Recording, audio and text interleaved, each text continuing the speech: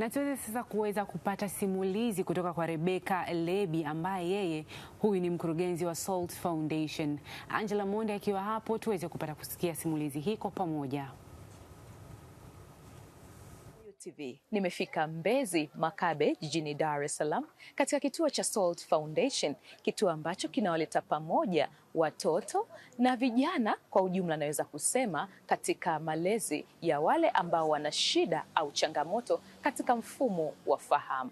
Wapo wengi, kuna wale ambao wana shida katika utindio wa ubongo, lakini kuna wale tunasema wana changamoto ya usonji na wengine wengi, ambapo leo tutapata nafasi ya kuzungumza na mkurugenzi na mwanzilishi akitueleza ni namna gani amejitahidi na ameweza kuhakikisha kwamba licha ya matatizo au licha ya changamoto walizonazo wameweza kuleta tija katika jamii kulingana na uwezo wa yale ambao wanaweza kuyafanya.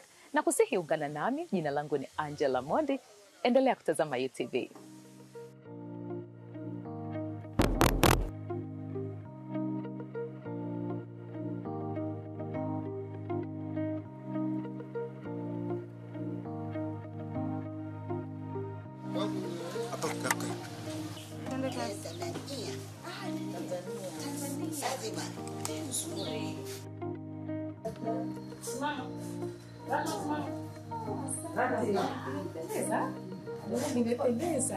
Asante sana.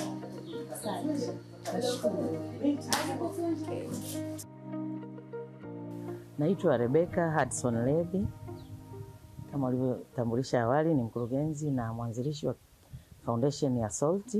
Salt ni kifupisho cha Strategic Alternative Learning Techniques. Tunaweza kusema ni njia mbadala za kimikakati za kujifunza. Ikiwa na idara ndogo ndogo ambazo zinafanya kazi na watoto wenye mahitaji maalum. Tuna kituo cha ufundi ambao ni Salt Special VTC, ambao kazi yake ni kuelimisha kazi za mikono na ufundi katika idara 3, ambapo ni vipodozi au cosmetology, halafu usindikaji pia na ushonaji. Ndio kazi 3 zilizosajiliwa kwa ajili ya watoto wenye mahitaji, vijana na watoto wenye mahitaji maalum. Na kuna huduma zingine ambazo zinatolewa zikiwa na idara tofauti. Kuna huduma ya utengamao, rehabilitation kwa ujumla, ambapo tunafanya kwenye mazoezi kazi, occupational therapy, mazoezi tiba, physiotherapy na uchachamuzi wa lugha au uchambuzi wa lugha ambayo tunaita speech stimulation. Tulitakiwa kuwa na speech therapy, lakini uhaba wa wataalamu kidogo tumebana kwa hapo. Turudi kwenye maono. Kwa nini Salt? Salt iko juu ya kivuli cha mwanangu, ambapo nilipata bahati. Mimi nasema ni bahati kwa sababu katika watu milioni 4, watu 400,000 anazaliwa mtoto mmoja. Mimi nina bahati. Kwa mtoto wangu ana hali ya Down syndrome, ambapo katika ukuaji wake ilikuwa ni ngumu sana kutoa huduma mbalimbali za kumsaidia. Matokeo yake nikaona ngoja nianze na hicho kitu kwanza, then nikishapata hicho kituo itasaidia watoto wengi zaidi. Ndio maana ya Salt. Na kwa kweli ni wengi wameshapita hapa, na sasa hivi tuna jumla ya watoto 46. Mpaka sasa una watoto wa aina gani? Watoto tuna hali ya usonji ambao ni karibu watoto 27. Kuna Down syndrome, halafu kuna hali ya utundu uliopitiliza au ADHD au tunaita attention deficit hyperactive disorder. Nafikiri mmoja wapo mnamuona anatuonyesha show hapa, yeye hawezi kutulia. Na kuna hali ya Down syndrome. Down syndrome ni tatizo la kigenetics ambao kuna extra chromosome.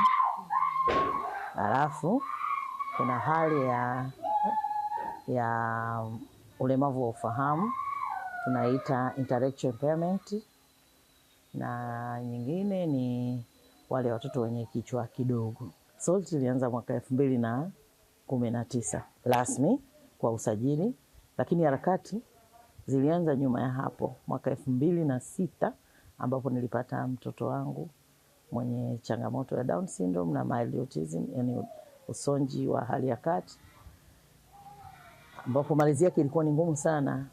Kipindi kile kulikuwa shule ni chache mno, na nikawa naona sasa nikianza kwa wadogo sitakuwa nimeweza kumkava mwanangu. Kwa hiyo nikawa nimeandaa kwa ajili atakapokuwa tunampeleka wapi next. Ndio Salt Foundation, then kukawa na Salt chuo cha ufundi. Kwa kweli safari ya malezi ya watoto wenye changamoto za ufahamu sio fupi wala sio rahisi namna hiyo.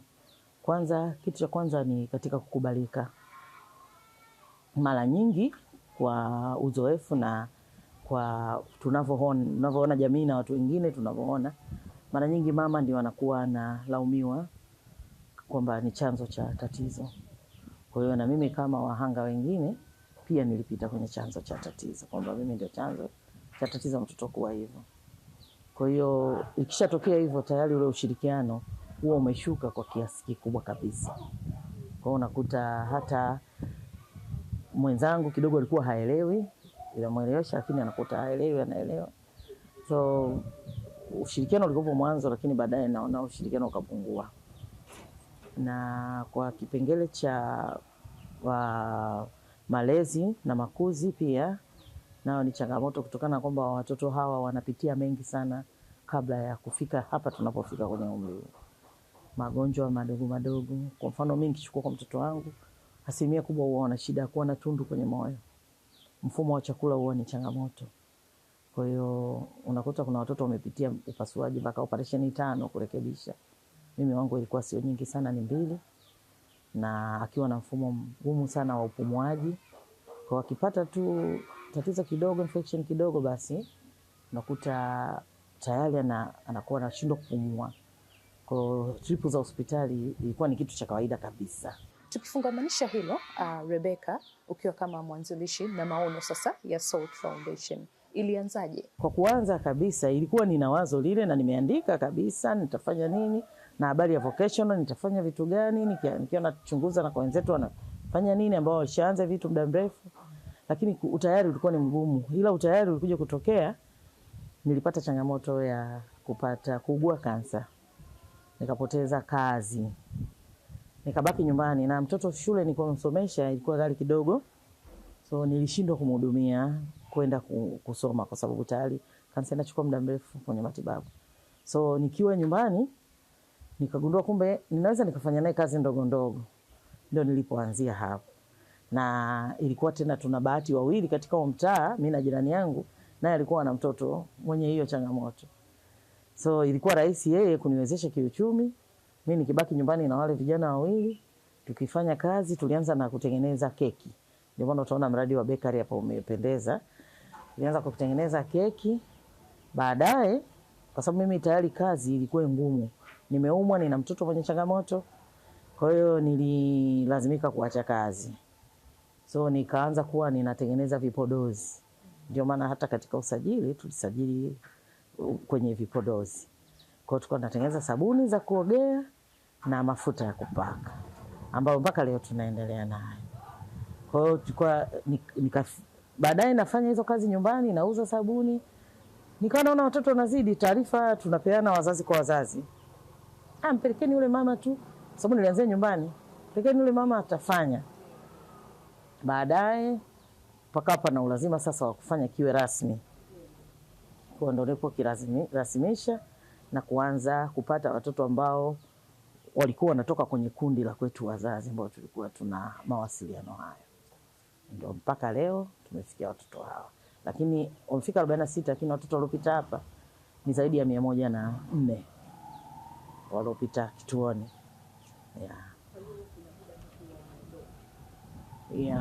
Na kuondoka kunategemeana. Sasa hivi vituo viko vingi. Leo sio kama vya ufundi ni vichache sana. Kwa hiyo labda unakuta mara nyingi sisi wazazi wenye watoto ambao tuna changamoto za ufahamu, wengi bado tunakuwa kwenye ile tunaita denial, sio Kiswahili chake ni nini, denial, kwamba bado sijakubali Kwa hiyo bado ana mawazo makubwa sana kwamba mimi nataka mtoto wangu amalize mpaka form 4.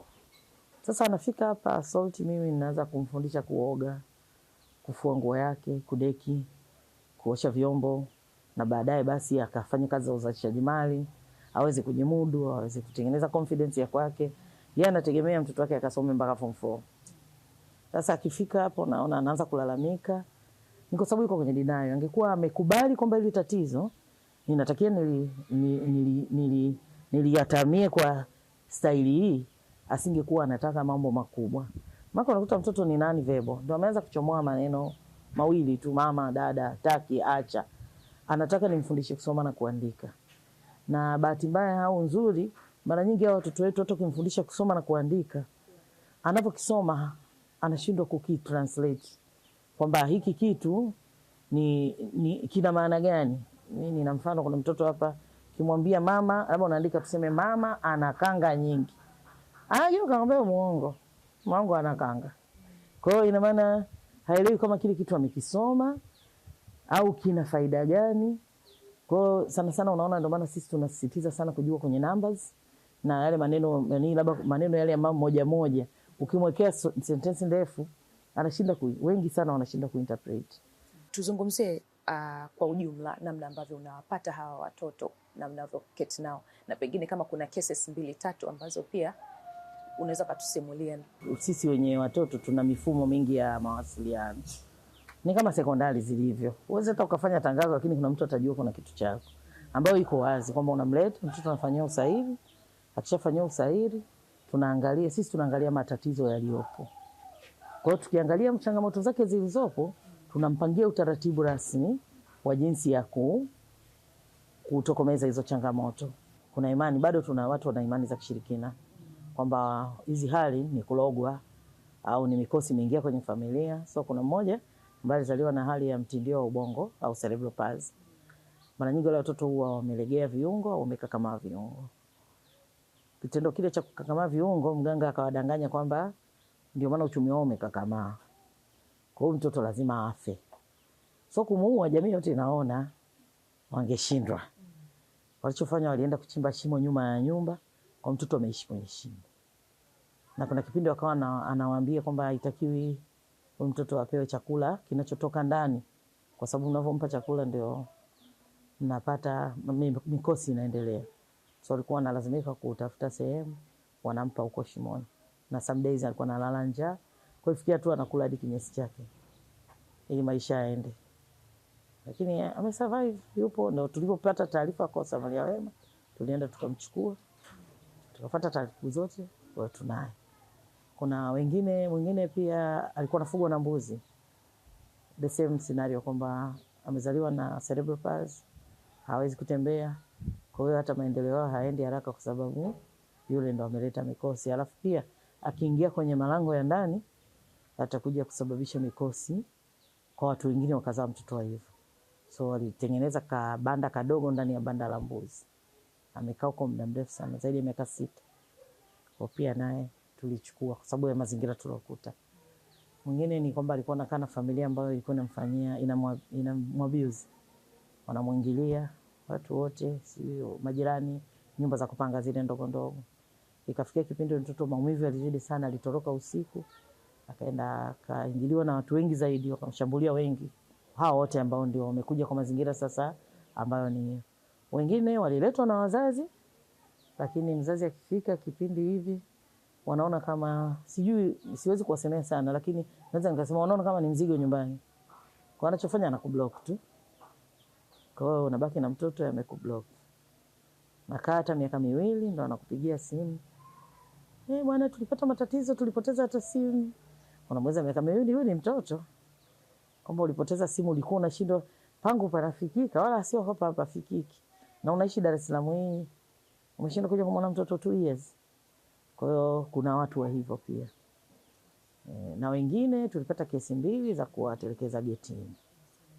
Afika mfunga mguu kwenye nguzo ya geti na kanga na mwachi. Tuje kwenye hali zao.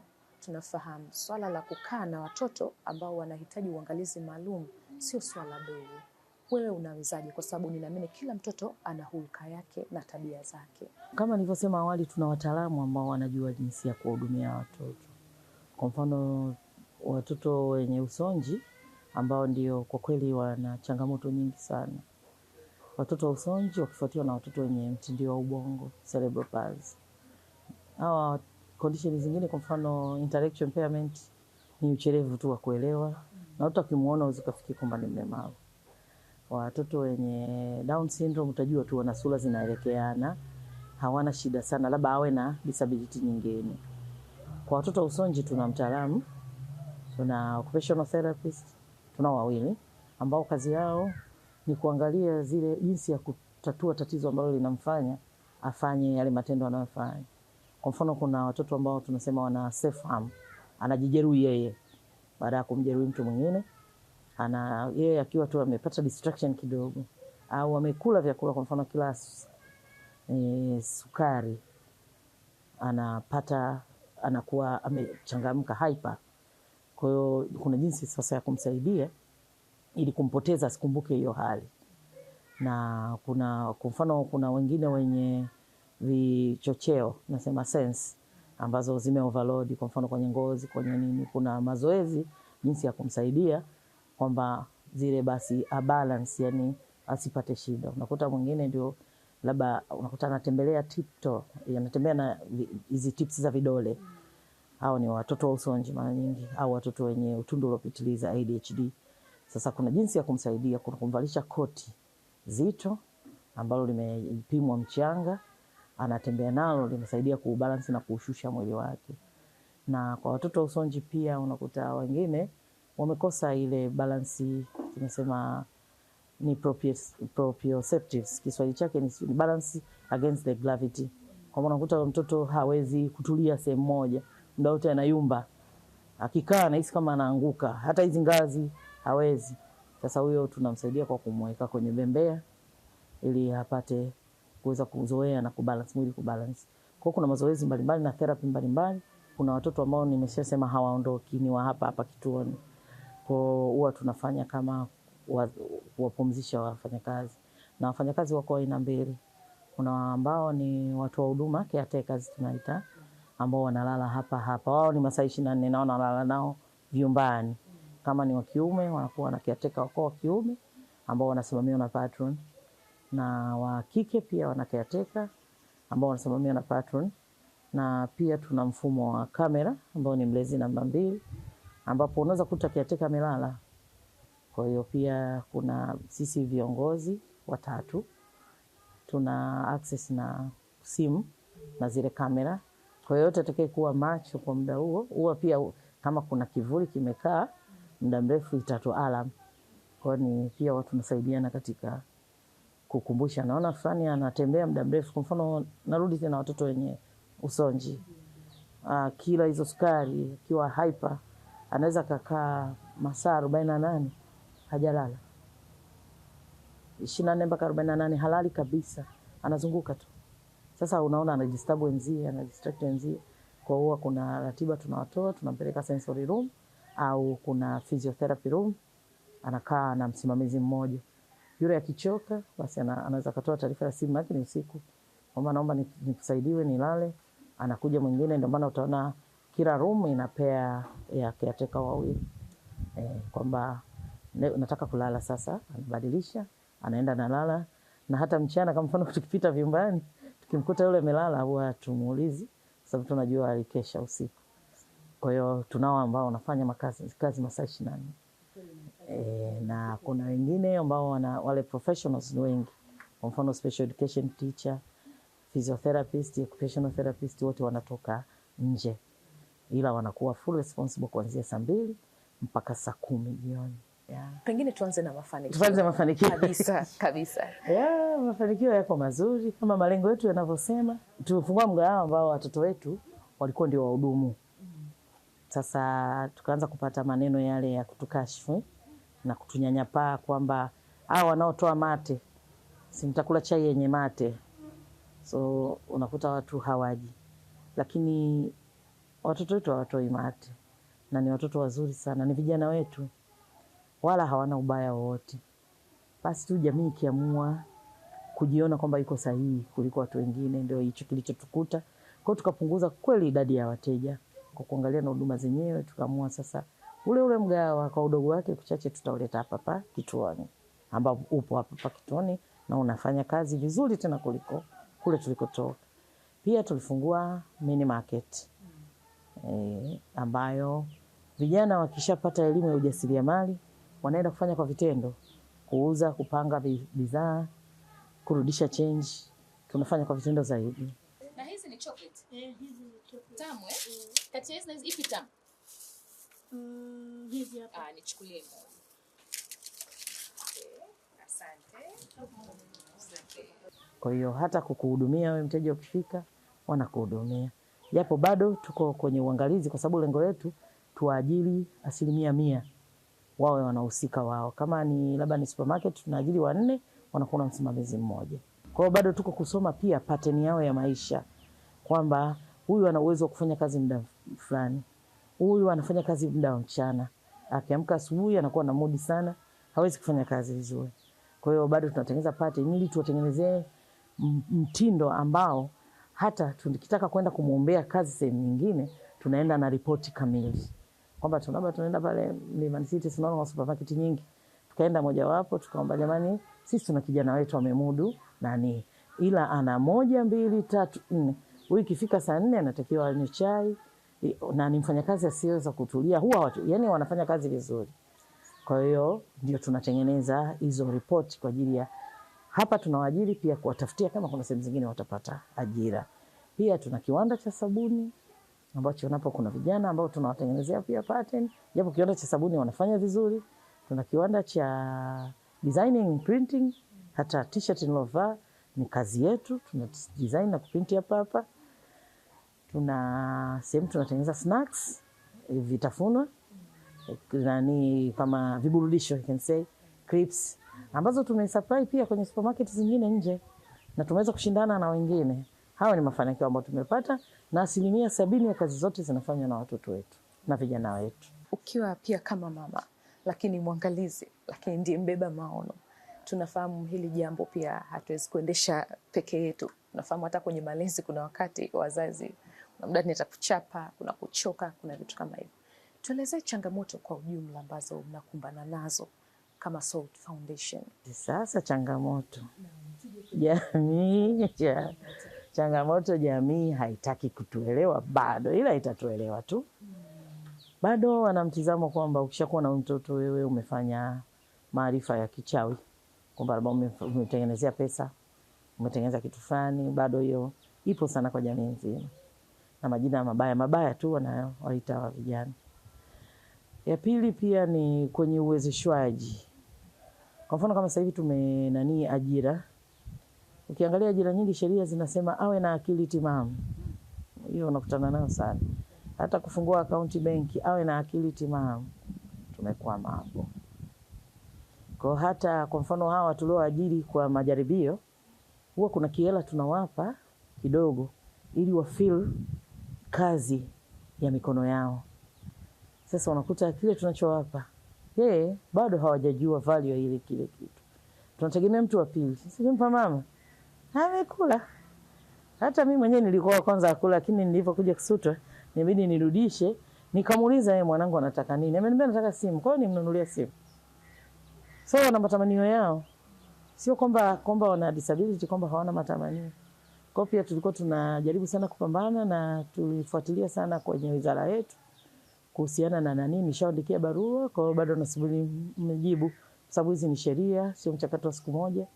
Kwa nao wanabidi waifikirie, waangalie tutaiweka vipi kuhakikisha usalama wa hawa watoto wetu na pesa zao zimekaaje.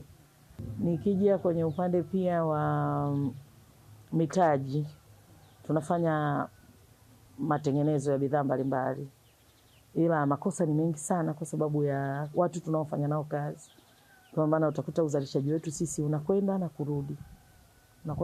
Kwa mfano kama jana tumetupa karibu kilo 5 za ngano. Wale walikuwa na beki mikate, mmoja akasahau, yani wa keki, kakuta ile dough kaanza kuchanganya na sukari. Kwa hiyo katoka mikate yenye sukari nyingi ambao hata mwezi kufanya kama ni andazi, afu akaweka pia, akaja wa pili akaweka chumvi. Kwa hiyo ikawa ni chumvi nyingi, sukari nyingi. Jamii tunataka isikie kwamba ulemavu sio kutokuweza. Hilo ndio neno kubwa kuliko yote. Na kila mtoto mlemavu ana uwezo wake tofauti. Binafsi kwa upande wangu nimemaliza. Karibu sana uzungumze na jamii. Ombi langu lililopo kwenye jamii kwa sasa hivi, tumepata eneo, tunahitaji kujenga. Ukinipa hata tofali moja, umenianyua kweli. Ukinipa nondo 2, asante. Ukinipa mabati 4, asante. Usinipe pesa. Wewe niambie tu kachukua matofali mahali fulani, tutakuja kufuata matofali, tutapeleka Bagamoyo, tujenge ili tuwe na viwanda vyetu. Watoto wajitegemee na sisi tuache kutegemea wahisani. Kwa sababu yani ina maana wakikosekana tu wahisani mnapumua vibaya. Wazazi akichelewa, kwa mfano wale ambao wanachangia gharama, basi hali inakuwa mbaya. Lakini tutakapoweza kuimarisha na kusimamisha viwanda vyetu, basi tutakuwa kwenye nafasi nzuri sana ya kuweza kujitegemea kabisa. Imekuwa wakati mwema leo kuja kushare baraka pengine na upendo wa mahali hapa. Shukran sana. Mtazamaji wa Hello Weekend, ni Rebecca Rebi, mkurugenzi na mwanzilishi wa kituo cha Salt Foundation. Yako mengi ambayo ameyazungumza, lakini hasa tugusie kwenye ujumuishi wa jamii, tuache mila potofu, lakini pia tukumbuke hawa watoto, hawa vijana pia ni sehemu ya jamii nzima. Sina mengi nisije nikaongeza au nikaharibu kwa yale ambayo ameyazungumza Rebecca, nami nakomea hapa. Jina langu ni Angela Mondi, hii ni UTV. Angela Mondi. Kukuza na kuamini uwezo wa watoto wenye changamoto ya ufahamu ndio mada yetu ya siku hii ya leo. Kwa hiyo ile nyumbani unaweza kushiriki nasi kwa nambari inayopita hapo chini 0763 809 777, nasi tutasoma ujumbe wako. Sasa tulijee katika jopo letu la leo hii tukiwa na wanafamilia wenzetu hapa. Tumeweza kupata simulizi, tumesikia Rebecca alikuwa na yeye pia kutuambia, tumeona watoto wakifanya kazi. Tuna lipi la kusema katika simulizi hii ambayo tumeisikia? Karibu sana Mr. Ambrose. Kwanza nianze na hilo la mwisho alilomalizia nalo, kwamba anahitaji kwenda kujenga kituo na hahitaji fedha. Mimi na watoto 3, na Jizan, Jason na Jenson. Kwa niaba yao kama baba, nawaahidi watoto, kila mtoto mfuko 50. Hey! Ubarikiwe sana. Kwa sababu aliowapa wazazi watoto wenye changamoto ndio huyo aliyewatupa sisi watoto ambao hawana changamoto. Na hakuna cha maana ambacho, kwa sababu ukikutana na wazazi ambao they are going through that situation, it's very hard. Sisi ambao ni psychologist, naweza nikasema nafikaga mahali siwezi kuvaa viatu vyake. Na elewa kwamba ni changamoto kubwa. Kwa hiyo hili niseme tu kwa niaba ya watoto wangu, nafikiri na mama atakuwa tumeelewana, kwa sababu tunaelewana katika hilo, sio maamuzi binafsi. Na mimi nimefanya maamuzi kwa niaba yake pia. Kwa hiyo tutaahidi hiyo mifuko hiyo 150, kwa sababu aliyewapa wao ndio aliyetupa sisi pia. Kweli. Mungu akubariki sana katika hilo. Naamini na marafiki zangu pia na watu wengine kwa kweli wanapita kwenye changamoto. Mama ana ujasiri. Sasa hilo ni la kwanza, lakini la pili, ningemuombe pia mama Rebecca, kwa amezungumza therapy nyingi pale. Kuna kitu kinachoitwa narrative therapy. Narrative therapy ni simulizi, you retell the stories. Alivyokuwa anazungumza hadithi, kuna watu wamepona. Yaani usifikiri kwamba ulichokifanya pale ni kidogo, ni kikubwa sana. Kuna watu wamepona. Kwa hiyo kama nimwombea, pengine amefanya, lakini nafikiri ziko taasisi ambazo zinaweza zikamsaidia kudocument hizo simulizi zake, zikakaa katika hizo center zingine walizonazo, zitawasaidia watu kukisoma au kukisikiliza. Siku hizi kuna njia nyingi sana za kurekodi video ndogo ndogo hizi. Akisikilika, ni kuna mtu anaona kwamba it is possible. Na katika simulizi yake na kuna mahali anasema kwamba mtoto kuwa mlemavu is not waste at all. Ni kwamba badala ya njia mliozoea, yeye anatumia njia nyingine.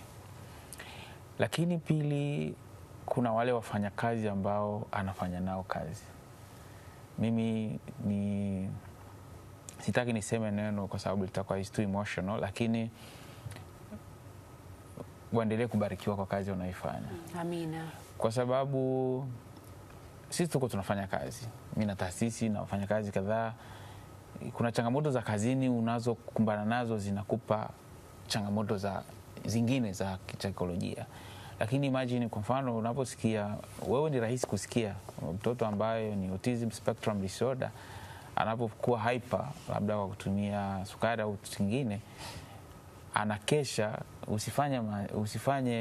usifanye jambo dogo, na ni anazungumza kwa lugha nyepesi. Lakini wale wafanyakazi wanaofanya nao ni watu ambao pia mioyo yao iko pamoja na wale watu. Kwa hiyo kuna haja pia wakati mwingine jamii kuwafikiria wale wanaofanya kazi katika hayo mazingira kwa namna hiyo. Lakini sasa tuje kwa ujumla tu kwamba kuna mambo ambayo ameanza kusimulia kutokea yeye alivyoanza mbegu yake kama yeye mwenye changamoto. Kuna changamoto ambayo amezungumzia kupata mtoto, lakini kuna changamoto ambayo ameipata yeye kama kuwa na maradhi.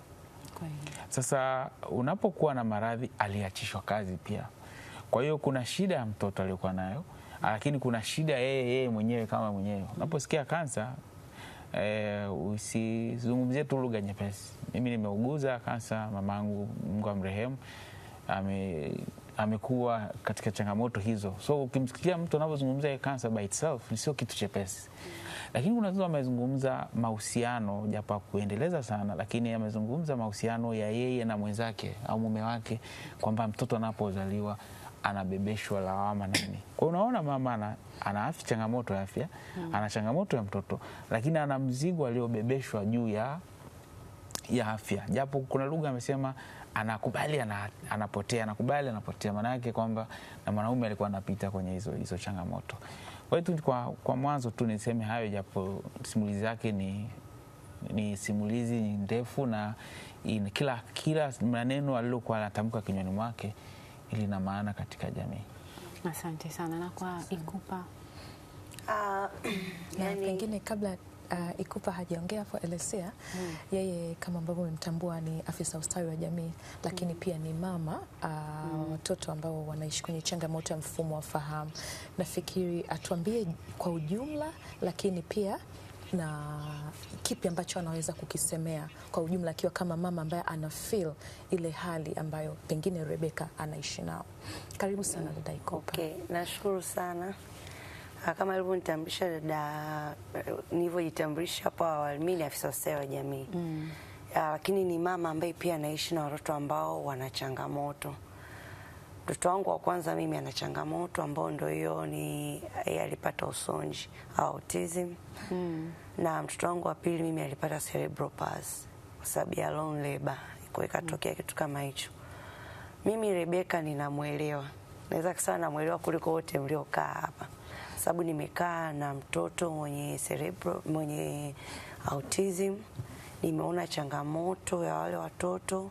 Ni mtoto ambaye huwezi kumpa mtu akulelea. Kwa pia naweza pia na mimi nikaungana na mwenzangu hapa kuwapongeza wale watu ambao wanakaa na watoto wale. Mtoto mwenye autism ni mtoto mwenye hyper hali ya juu, ni mtoto ambaye hawezi kutulia, ni mtoto ambaye hawezi, yani ana attention yoyote ya kusema kwamba unaweza kakaa akatulia mkaelewana, ni ngumu sana.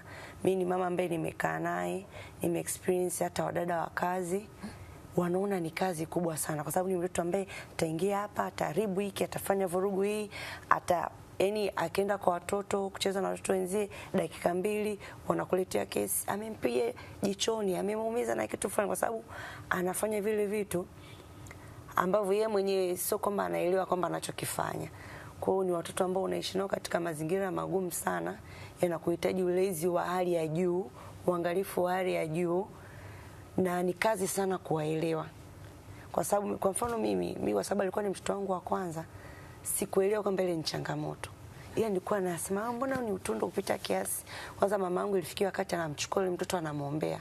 Anasema labda kuna kitu ambacho kiko katika spiritual ways. Hii sio hali ya kawaida. Mimi nimekuja kujua mtoto wangu ana changamoto nikiwa chuo mwaka wa 3. Alikuja daktari akawa anafundisha kwa habari ya magonjwa haya ya akili ya ufahamu. Daktari mmoja ndo akawa anaongelea vitu, naona mbona hivi vitu vina relate sawa na mwanangu. Lakini kumbuka hapo kuna wakati nilikuwa namhit na mchapa kwa sababu ni mtoto ambaye ana miaka 5 lakini ana behave kama mtoto wa miaka 2 au mtoto wa mwaka mmoja. Miaka 5 anaweza kujisaidia yani kwenye nguo, unachapa kwa nini unajisaidia kwenye nguo? Kwa ni vitu ambavyo ni vigumu. Kwa hiyo nilikuwa najaribu kumuelewa Rebeka, afu na relate na mtoto wangu alivyokuwa. Kwa ni ngumu. Kama kwa mtoto wa CP vile vile. Mtoto wa CP mimi na mtoto mwenye cerebral palsy. Ni mtoto ambaye hawezi kufanya chochote ile unimpeleke huku mweke kwenye nani ajisaidie afanye nini, lakini ni hali ambayo ni ngumu sana.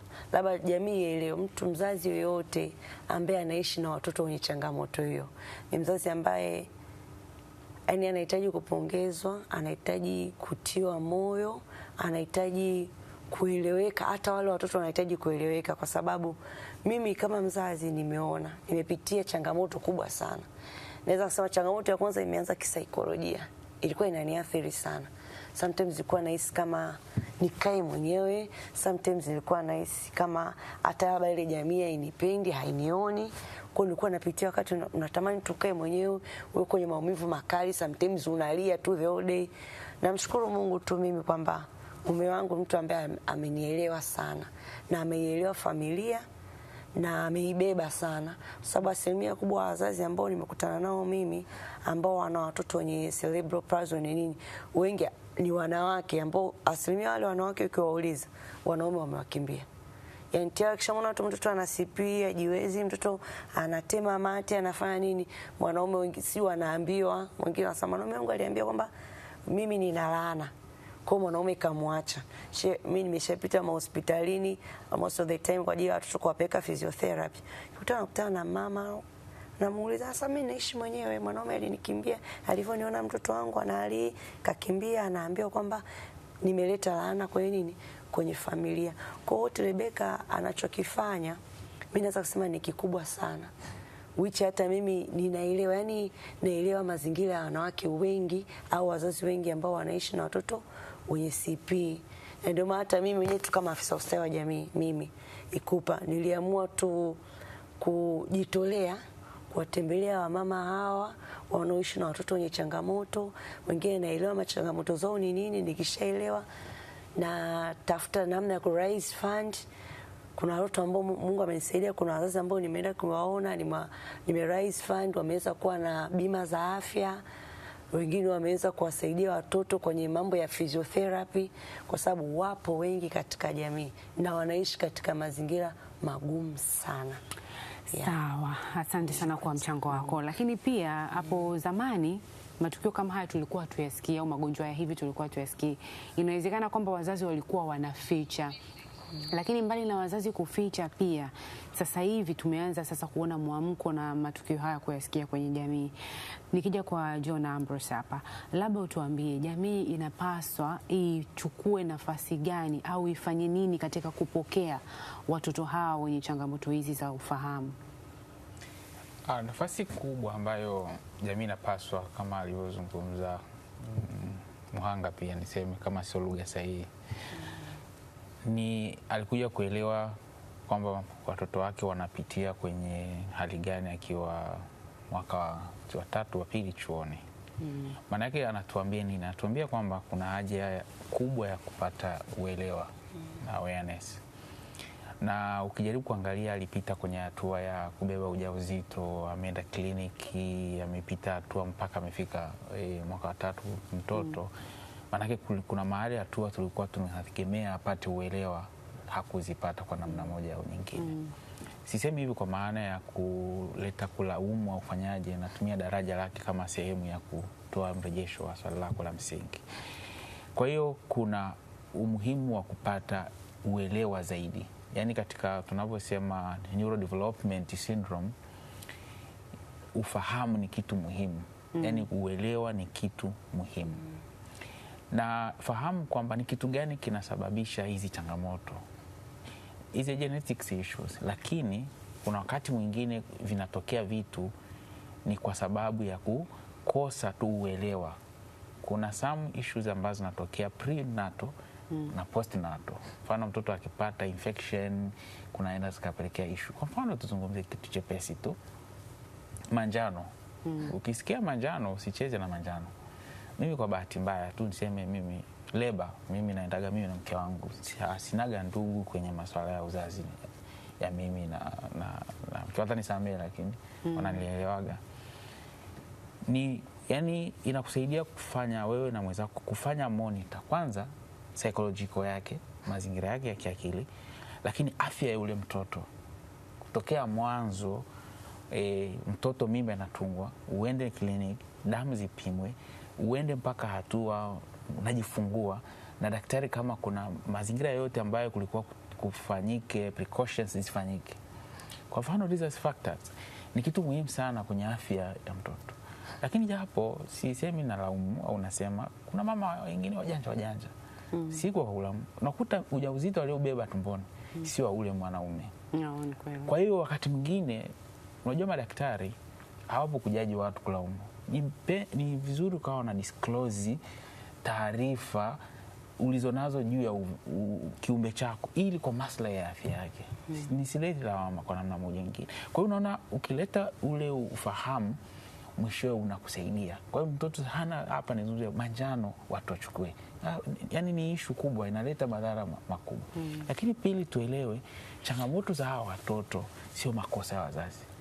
Sio kwamba wazazi wamekosea kulea ndio maana yakatokea. Hizi genetics issues, ni infection issues, ni environmental issues, ni environment issue na kadhalika na kadhalika. Kwa hiyo tukileta ule uelewa, kwanza tutapata wazazi wazuri, mume mzuri. Kwa sababu mwanaume mzuri au mume mzuri anaanza tokea anavyolelewa. Kwamba unavyomlelea anajua kwamba mtoto kuzaliwa akiwa na changamoto hii sio kosa la mwanamke, ni kosa la mwanamume. Kwa hiyo hata hapo atakapokuja kuwa mtu mzima, akipata ujauzito, akizaliwa mtoto, anajua kwamba shida sio ya huyu mke wangu, shida ni ya jamii.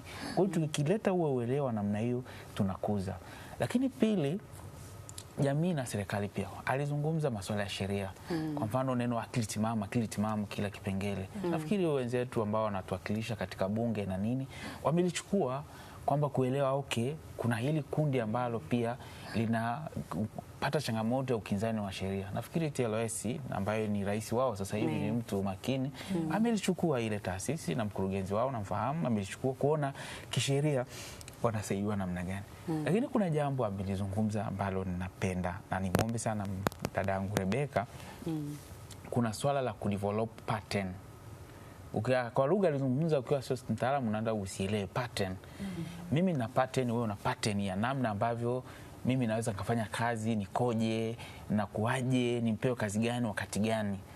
Kwa hiyo hata watoto ambao wako majumbani hapo kwenye kituo, nimwombe dadangu Rebecca scale up kuwa na zile forums za kuwasaidia wale watoto ambao hata wapo kwa kituoni, wao wanakuja kwa ajili ya kufanyia orientation, waweze kutengenezewa pattern zao ili wazazi waweze kupewa zile patterns za watoto wao, waweze kupata mwendelezo namna gani hata wakiwa kwenye nyumbani wanaweza wakaendelea nao pia. Na changamoto kubwa ndio iko hapo. Asante sana Angela, kuna ipi huko? Naam, asante sana Elesia, na sasa nisome ujumbe wako kwa wale ambao mmeweza kututumia.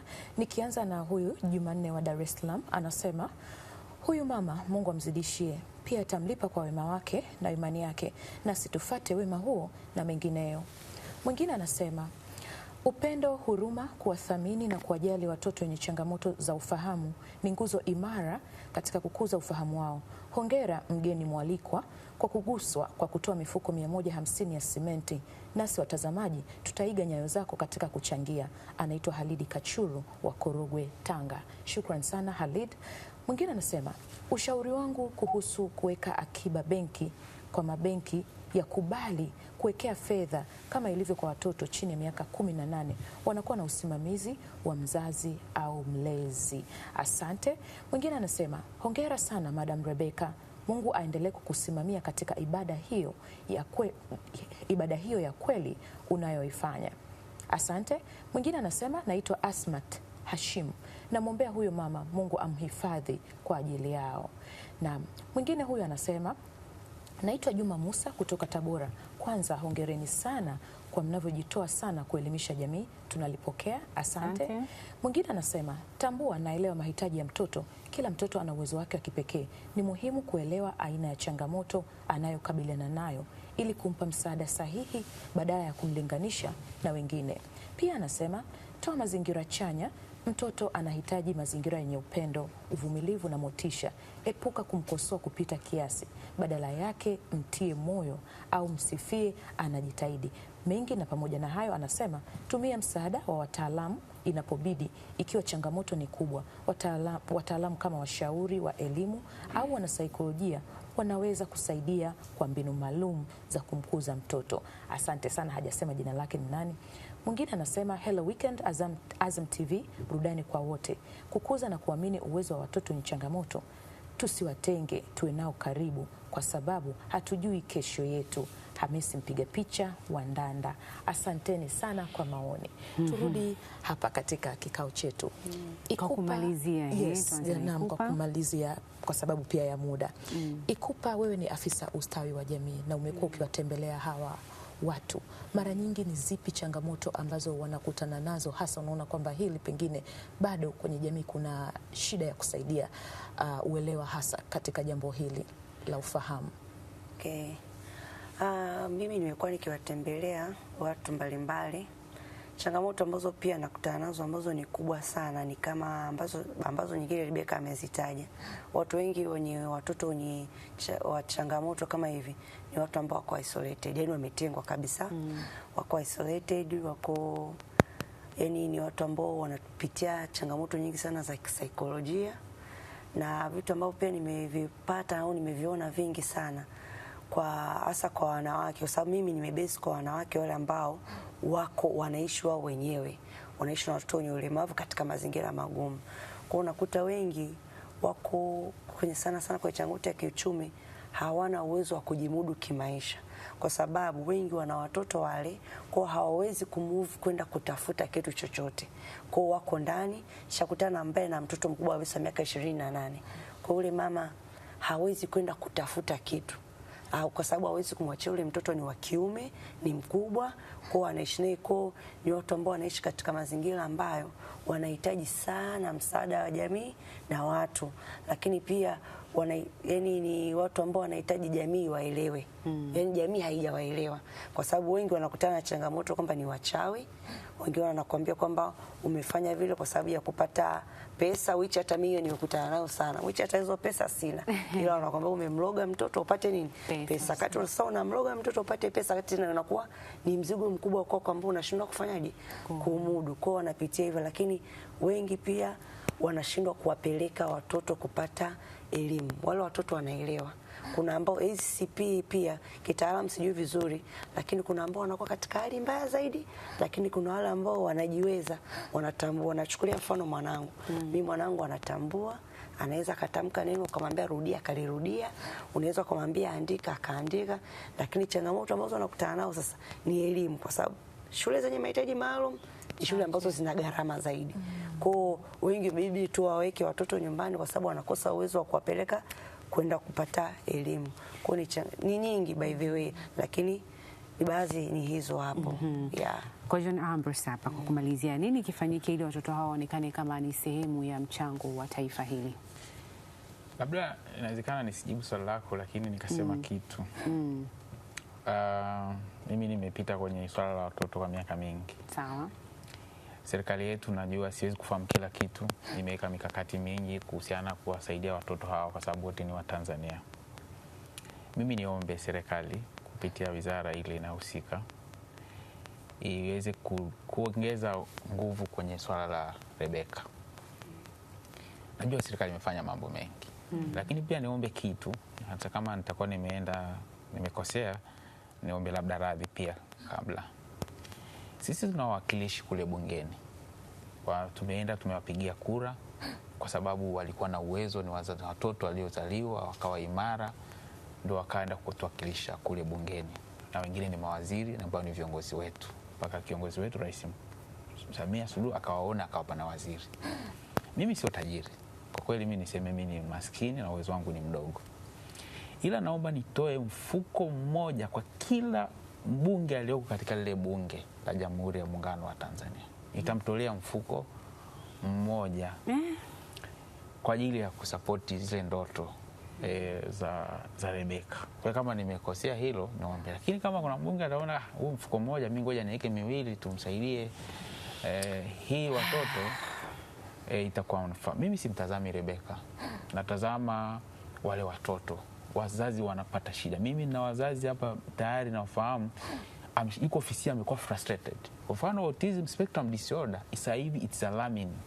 It moving very fast. Yani usifikiri kwamba unavyozungumza ni kitu, yani nahisi tunavyokwenda tafika mahali kila nyumba watoto watakaozaliwa kutakuwa na hii changamoto. Na hakuna mtu ameshagundua sasa hivi kwa nini hili tatizo limetokea. Elewa hivyo. Lakini tukianza kujiandaa kwa namna moja kutengeneza mazingira ndani ya nchi yetu ya kuona namna ya kuwasaidia kielimu na namna ya kuwasaidia watoto, tutakuwa tumewasaidia kwa namna fulani au nyingine. Kwa hiyo niombe tu, nitapiga hesabu zangu, hata kama nitafuta hiyo mifuko kwa uhai wangu wote uliobakia, ninaamini nitakuja kukamilisha hiyo mifuko ya simenti. Asante na niwatakie wakati mwema wazazi wanaopita kwenye wakati mgumu wa watoto. Wasidhani kwamba wao tunawalaumu, bali wazidi kujipa nguvu na kupata maarifa sehemu za tofauti ili waweze kuwalea wale watoto salama. They are not waste, they are wealth. Shukrani sana. Asante sana, Mungu akubariki. Nitafurahi kama nikaona namba ikapita tena kwa mara nyingine ya mwisho tunavyoenda tunavyohitimisha, kwa sababu tunajua bunge la Tanzania halizidi wabunge 393 na kuna majimbo 264, kuna 264 hivyo. Hapo kaka Ambrose umeongelea kama vile mifuko ya simenti tuseme 264, lakini pia una ile 150 uliotuahidi. Ni matumaini yetu wewe mtazamaji ambao unatuangalia ukiwa kwa nyumbani, namba ya dada Rebeka hiyo hapo inapita hapo chini, kama umeguswa kwa ajili ya kuweza kusapoti watoto hawa na kumsapoti Rebeka katika jitihada zake kuhakikisha kwamba yeye anaenda kuboresha maisha ya watoto hawa ambao wana changamoto ya ufahamu. Basi ni matumaini yetu umeweza kujifunza, lakini pia umekuwa mwanzo mpaka mwisho wa mada hii. Tukushukuru kwa uwepo wako.